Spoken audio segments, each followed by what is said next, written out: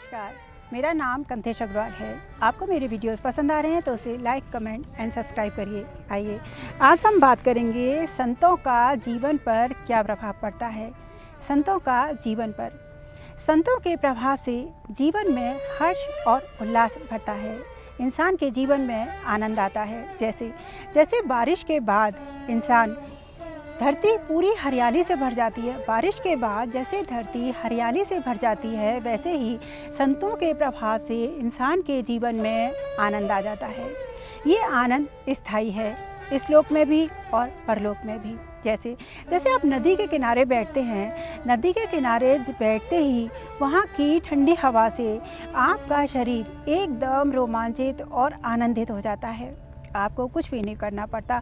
ठंडी हवा, नदी के किनारे बहती ठंडी हवा आपको स्वयं रोमांचित कर देती है। वैसे ही संतों का प्रभाव जीवन पर पड़ते ही इंसान आनंद में आ जाता है।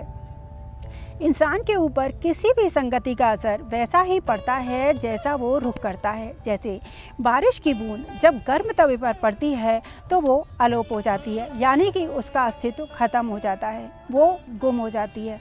वही बारिश की बूंद जब सीप पर पड़ती है तब वो मोती बन जाती है। वही बारिश की बूंद जब किसी सर्प के मुंह में पड़ती है तो वही बारिश की बूंद एक विष बन जाती है। कहने का तात्पर्य है कि संगति का प्रभाव जीवन के ऊपर बहुत ज़्यादा पड़ता है। संतों के प्रभाव से जीवन में ऐसी तरंग उठती है कि इंसान का मन उज्जवल, स्वच्छ और निर्मल होने लगता है। इंसान के अंदर विषय वासना दूर हटने लगती हैं और इंसान परम आनंद को अनुभव करने लगता है। संतों के प्रभाव से मन माया से दूर हटने लगता है।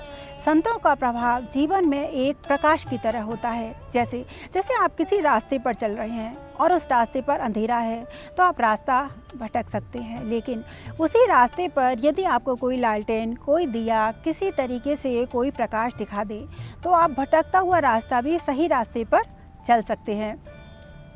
इसी तरीके से जब जीवन में इंसान भटकता ही रहता है और उसे जब संतों का प्रभाव पड़ता है तो इंसान का जीवन आनंद, यानी कि वो सही रास्ते पर चल सकता है।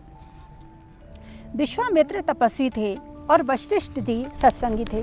दोनों में विचारों का मतभेद था। दोनों के विचार अलग अलग थे, दोनों ज्ञानी थे। विश्वामित्र तप की सराहना करते थे। विश्वामित्र जी कहते थे कि तप से बड़ा कुछ भी नहीं है, सबसे बड़ा इस संसार में तप है। और वशिष्ठ जी सत्संग की महिमा गाते थे कि संसार में सत्संग से बढ़कर कुछ भी नहीं है, सबसे बड़ा सत्संग है, इसलिए हर इंसान को सत्संग करना चाहिए। दोनों शास्त्रों के ज्ञाता थे, दोनों ज्ञानी थे, दोनों शांत थे, दोनों परमानंदी थे, लेकिन दोनों में विचारों का मतभेद था। एक दिन दोनों में विवाद हो गया और इस विवाद के चलते दोनों ने शास्त्रार्थ किया। हर तरीके से अपने विचार को सर्वश्रेष्ठ साबित करने की कोशिश करी। जब कई घंटों के बाद, विवाद के बाद, शास्त्रार्थ के बाद वो किसी नतीजे पर नहीं पहुँचे, तब उन्होंने सोचा कि हमारा निर्णय कोई तीसरा व्यक्ति ले। तो वो ब्रह्मा जी के पास गए। ब्रह्मा जी के पास जब वो पहुँचे दोनों ऋषि, तो ब्रह्मा जी से उन्होंने नमस्कार किया।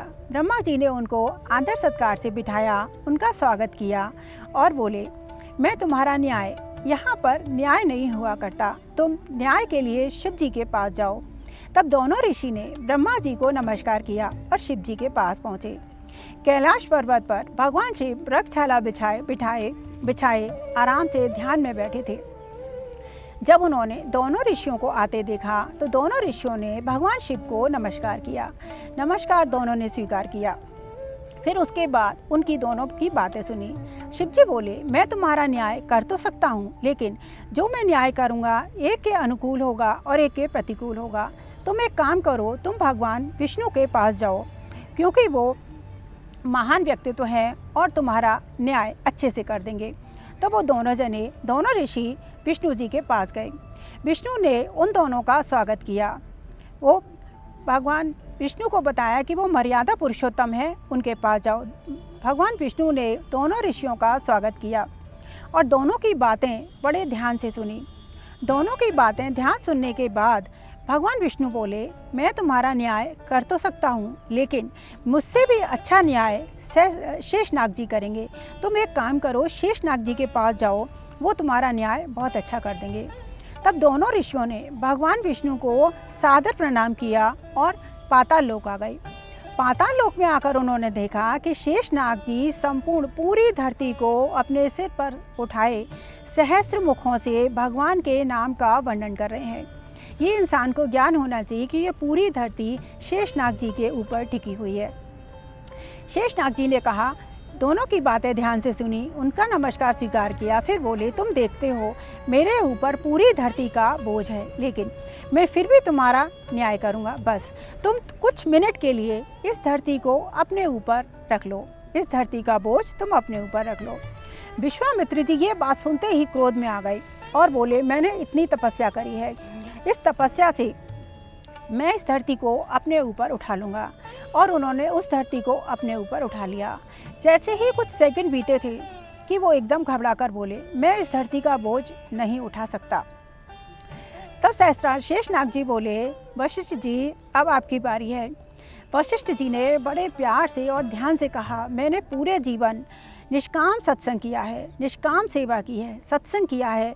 मैंने यदि निष्काम सेवा और सत्संग पूरे मन से पूरे जीवन में किया है, उसकी 1 मिनट का 1 पल का फल मैं तुझे देता हूँ। धरती तू अडोल हो जा। ये सुनते ही धरती अडोल हो गई और न्याय स्वयं हो गया। सत्संग से बढ़कर इस दुनिया में कुछ भी नहीं है। जप तप दान पुण्य सब अच्छे हैं, लेकिन सत्संग की महिमा सबसे ज़्यादा है। सत्संग का अर्थ होता है सच का साथ। जो इंसान सच का साथ देता है, छल कपट से दूर रहता है, सच सत्संग इस संसार में सबसे ऊंचा सबसे श्रेष्ठ स्थान सत्संग का है। इसलिए हर इंसान को सत्संग करना चाहिए। सत्संग की महिमा सबसे ज़्यादा है। जय श्री कृष्ण। धन्यवाद।